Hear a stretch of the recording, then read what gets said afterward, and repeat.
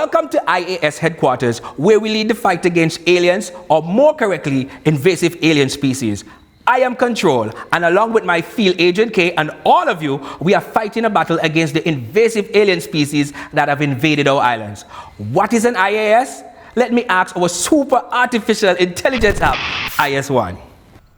Invasive alien species are any organism that once introduced to a new environment proved difficult for the native species to cohabitate with. They include plants, animals, insects, and other invertebrates, parasites, and pathogens. They cause significant harm to the natural environment, to communities, and to Antigua and Barbuda's economy. They are usually introduced as non-native species. However, in some circumstances, native species can become invasive in their native environments after certain changes occur, such as deforestation, environmental changes, and natural disasters. Are you sure? Yes, I'm the perfect prototype. That's why there's no IS2. Hi, Control. I was just checking in. What's going on? I was just explaining to everyone what IAS are. Can you tell us why they're so dangerous? Sure.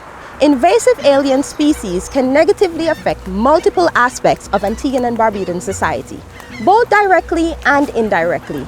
They negatively affect the health of forests, biodiversity, food gardens, commercial agriculture, food security, tourism, the wider economy, and community health. Invasive species compete with and many times outcompete the native species and can directly harm our natural resources. These impacts will prove costly and have some serious consequences for our environment. We are getting an alert of an IAS sighting. I'm on it. Our first IAS isn't a plant or an animal. They're pathogens that affect trees just like this one. A pathogen is any bacteria, virus, or other microorganism that can cause disease. It looks like we have clear cases of lethal yellowing phytoplasma of palms. Lethal yellowing is a type of plant disease called a phytoplasma that attacks species of palm such as the coconut or date palm. It is spread by the plant hopper, a tiny insect that feeds on trees and plants. There is no cure for lethal yellowing. However, plants can be treated to prolong their life. Another alert is coming in. It looks like a busy day, AK. We have a giant African snail sighting in Mount Pleasant. Just like you, Control, snails move very slowly and cause a lot of damage. The giant African snail is really a giant, with adults reaching 2.8 inches in height and 7.9 inches in length. It has a giant appetite too, so it poses a great risk to farmers, and the pathogens it carries can make people and animals sick, so never touch one with your bare hands. Snails like humid conditions, so removing items such as wood, dense vegetation, and mulch can reduce the likelihood of infestation. If they have already invaded your home, you can use snail bait. Lionfish spotted on a reef. IS1, why don't you take this one? Sure, because everybody knows how much computers love to swim. The lionfish, aka zebrafish, firefish, tasty fish, or butterfly cod, usually have colored bands that are red, white, cream-colored, or black, along with distinctive pectoral fins and spiky fins sticking out their sides or backs, which are venomous. They feed on small reef animals, and with no natural predators and laying up to 15,000 eggs at a time, they can quickly take over, devastating native species that keep the reefs healthy. Fortunately, lionfish are delicious, and one of the most effective ways of controlling their numbers is putting them on the menu. Hey, AK, the forest shore has a lot of houses, cars, and dogs? I'm in a local village. Not all IAS are in remote places. One of our more popular IAS, and not for any good reason, are black and brown rats, and they're everywhere. Rats are eating and disease-spreading machines, being responsible for ruining food supplies and causing epidemics throughout history. It has caused or contributed to the extinction or the range reduction of native mammals, birds, reptiles, and invertebrates through predation and competition. They restrict the regeneration of many plant species by eating seeds and seedlings, food crops, and spoiling human food stores by urinating and defecating in them. Yes, they pee and poop on your food. The first step in controlling these animals around human habitation is good sanitation and proper disposal of garbage, together with the rat-proofing of food storage areas. Trapping is often used on a local scale for control around farms, crops, and small wildlife areas. However, it generally fails in removing all individuals, as trap-shy animals can survive and repopulate. IS1, tell us, how do IAS get here? Invasive alien species are primarily spread by human activities, often completely by accident.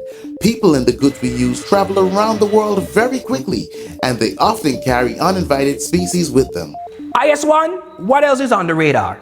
I'm picking up images of the southern cattail in the northern side of the island. I've already dispatched Agent K to the location.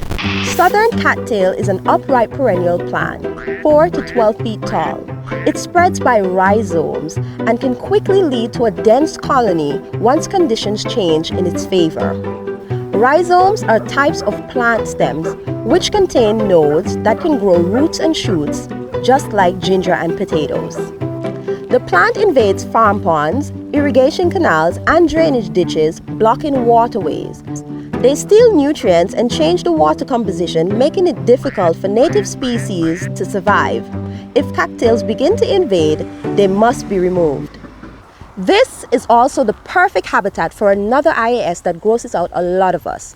The Cuban tree frogs get into homes and can cause a variety of screams, as well as being a general nuisance around homes. But even worse, will eat native frogs as well as lizards and other invertebrates, seriously affecting their numbers.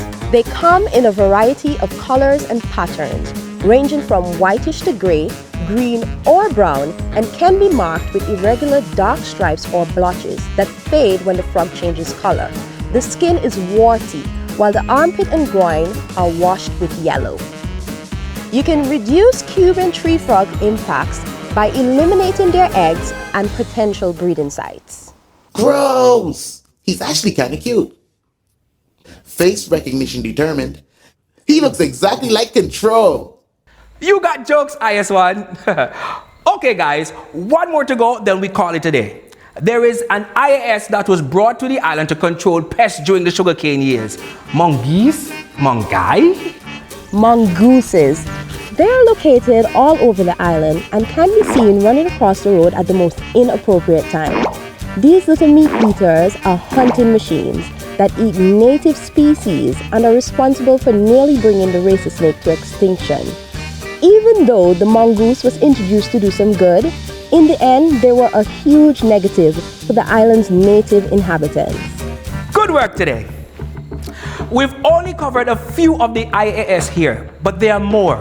You too can join the team by learning how to identify IAS, reporting them, and helping where you can in eradicating them.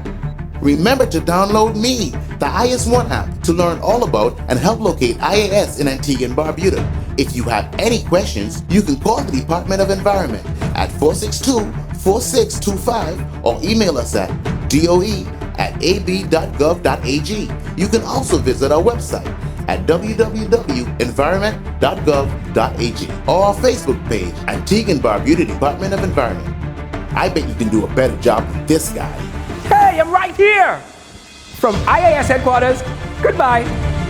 This is a part of the project Preventing Costs of Invasive Alien Species in Barbados and the OECS countries by the Department of Environment with support from CABI, Jeff, and UNEP.